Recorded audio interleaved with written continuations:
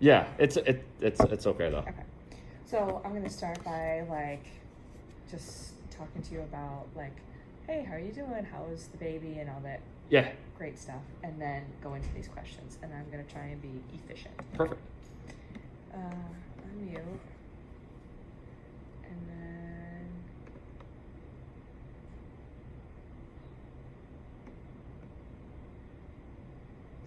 okay. Good morning, Mr. Barry. How are you today? This is Knifley. I am fantastic. How are you? Oh, I'm well, thank you. How's Hudson? He's a little ham. I don't know. I think about him nonstop. 4 months old. He's starting to roll over. Aww. It's it's crazy. He's rolling on his tummy, back to his back now. It's watch out, world. That's right. Yeah. That's right. The first year goes by so fast. Yes, that's what I heard. I'm trying to just savor every moment of it right now. But yeah, it's going great. Good. Well, I'm really excited to see your STEAM class, and I'm excited to learn more about what I'm going to be seeing. So I just have a few questions. Okay, perfect. All right. So what is the intended learning by the end of the class? So the intended learning is it's kind of like twofold, maybe threefold. It's more about students learning to use the engineering by design organizer. Engineering skills are extremely important in the STEAM and real world environment. This is by using the process, which is asking questions, brainstorming, having a plan set out, creating your model, and then while you're in the midst of everything, looking for ways on how you can improve it, right? Collaboration's another huge takeaway piece for it, and by having kids work with their hands, they're incorporating so many different other skills, right? We have like mathematics skills with measuring, estimation when it comes to these sneakers, scientific skills when it comes to like comfort and support. So it's it's just not one focus with this lesson and with most STEAM lessons, which is really cool because it's a culmination of so many different things that the students can bring together and really show off. So will this lesson take you over multiple days? Yes. Okay. In the past, it's taken, I want to say 2 days, but that's when we had a full hour class. We now have 40 minutes. Oh. So I've been trying to remind our fourth and fifth graders that are doing this that we only have 40 minutes for each class. So we're going to do this over 3 STEAM days, right? Okay. That way they really buy into the brainstorming and the planning aspect, because if they think they only have 1 day, they're going to rush through that process, and that's such a really important role. And it's going to be really cool to see them come into STEAM the second day, because that's going to be a week time from like the first STEAM class that they had, and really like refer back to their plan and see how well they're able to label it so that they can go off of that plan and continue building. Okay. I envision some students are going to like just be able to pick up right after where they left off, because their model's like well detailed and everything's labeled out, and other students are going to struggle a little bit because maybe their plan wasn't as concrete or laid out. Okay. And then I'm just curious, which day will I be observing? Will it be the first planning day?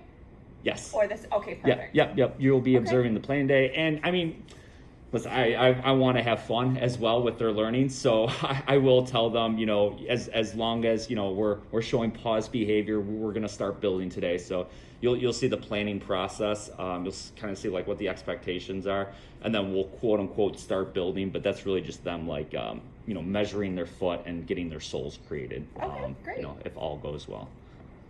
To which standards is the lesson aligned? So it's aligned to a couple ISTE standards. ISTE standards for this is more about the collaboration and the engineering pieces. And then you have third grade math measuring in there as well. And then as far as the science that I said before with structures, I haven't really looked that far into those standards specifically, so I'm not sure what standards that would cover, but I know that I'm going based off of 2 ISTE standards and then the mathematical measuring one. That's perfect. Okay.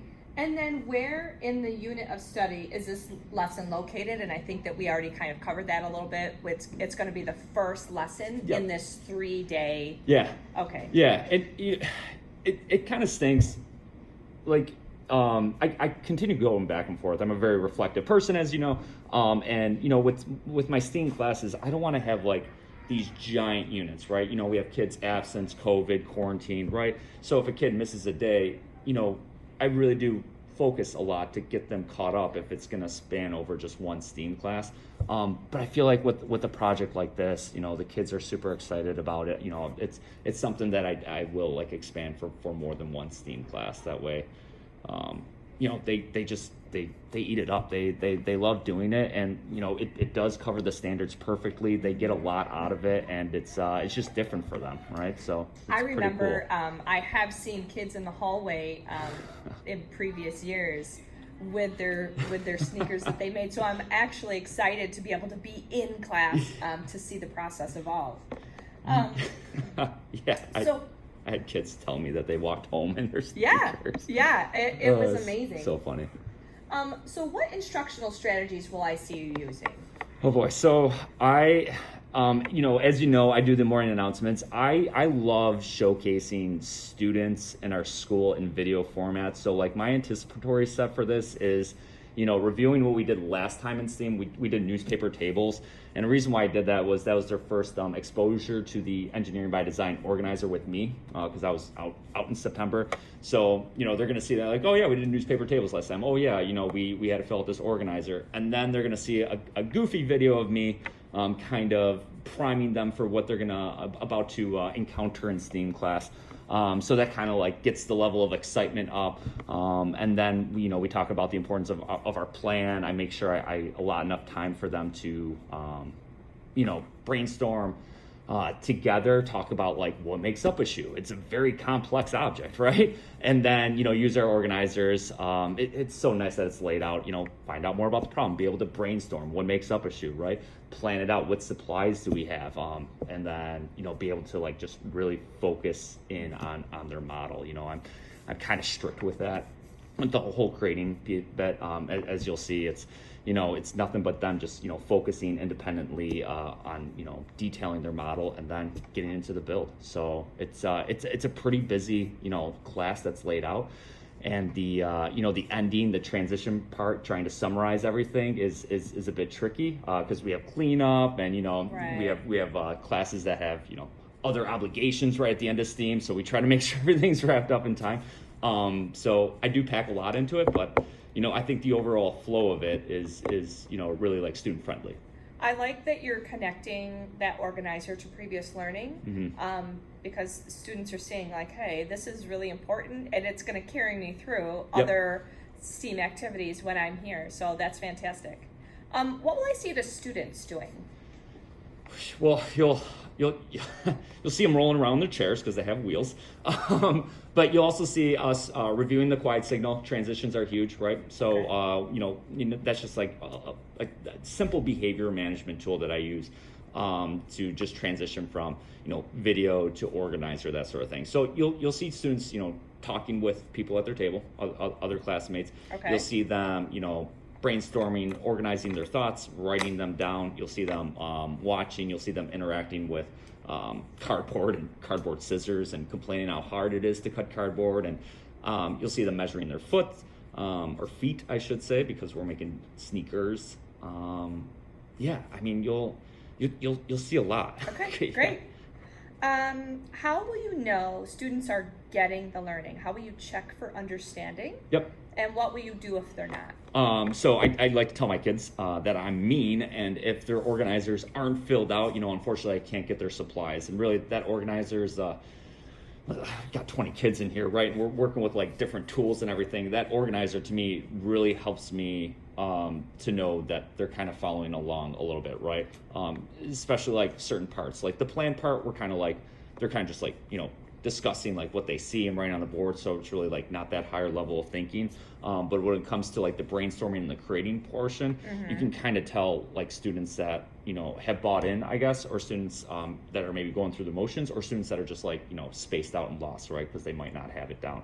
And then also check-ins with our like discussions at our tables, right? So we'll do like think, pair, shares or whatever, and you can kind of gauge like okay, this table's having rich conversations. You know, they're talking about, what were we talking about this week? Like tongues, soles, right, laces, that sort of thing. And then others might not be talking about anything sneaker related, or they might just be sitting there because maybe they're still uncomfortable with the classmate that they're sitting next to. So it's a lot of like different check-ins to see like kind of where they are. And the way to combat that is, you know, a variety of different things. It depends on the kids, right? Like some kids respond better to like just a little whole table group discussion. Some kids respond better to like pulling them to the side for a little one-on-one. You know, some kids just need a break. So yeah, it's the beauties of teaching. That's right. What is the summative assessment?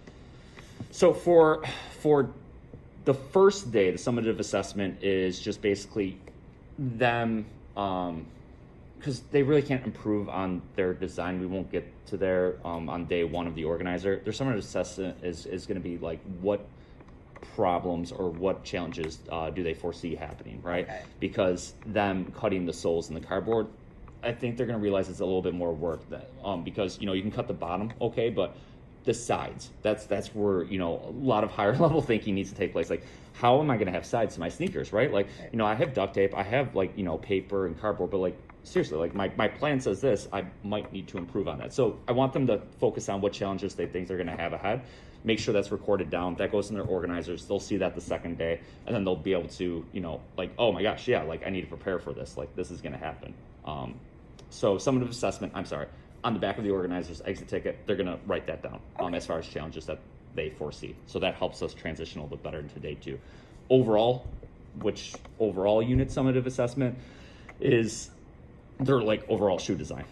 It doesn't actually have to work. It's okay. Like I want mistakes and failures like nonstop here. But you know, I want to make sure that they follow the plan. They try to improve on their plan, right? And you know, if it wasn't working, that they're still like trying to make it work essentially through the class. You know, I used to joke around like, oh yeah, if you wear your shoe and it fits and it works, like then great, you passed, right? But at the end of the day, that's really not the goal, you know, of this lesson. It's more about like them using their organizer, them being able to communicate effectively, them being able to measure that sort of thing. So okay, tell me about the students in the class that I'm going to be seeing. They're fifth graders. You know, I think Stressner, she's in the dual language Mandarin still, but not all the students in that class are Mandarin because of whatever how classes are set up for fifth grade. I know we had to spread the lovelies around and everything, right? So I mean it's a typical classroom, right? You have kids like that are you know, that have 504s in here, academically, behavioral concern. You know, you also have like students that will, you know, sit there and you think like they're little angels and, you know, perfect, but they need to be checked in with, right? Because they can be like space cadets, and I'm sure this is going great for your interview as far as like the words that I'm using. But yeah, it's a wide range, right? Okay. And you know, normally like if this was like math or ELA, it would, you know, my prep and plan for this would be like completely different. But for STEAM, there's so many different entry points, and I think that's why a lot of kids really do enjoy STEAM, right? Like it doesn't matter if you're the smartest kid in math. It doesn't matter if, you know, you're the most fluent reader in ELA. Like you can come into STEAM and still succeed. People can look at like what you're making or creating and be like, that is the coolest thing I ever saw in my life. You know, 2 years ago when we did the sneakers, I had a student from Mrs. Brown's class. You know, I won't go into specifics, right? But she made these unicorn slides, and they were an inclusive classroom with Miss Strassner's class, and they were just like blown away. And like that, you know, Miss Brown told me like how like that like completely changed her, and stuff like that. It's like, yeah, this is awesome, right? So yeah. That's the very reason I loved STEAM when I was in the classroom as well, because I felt like that's a place where E&L students or students with a disability could really shine. Yeah. So I couldn't agree with you more. Totally. Yeah. Like, it's awesome. Yeah. I have arrival duty. Okay. I don't know. I'm so sorry. No, Video that's recording. okay. That's okay. Can we pick up off of it or? Stop that there. Yeah, that's okay because we have questions 9 through 14 to Okay. go. Sweet.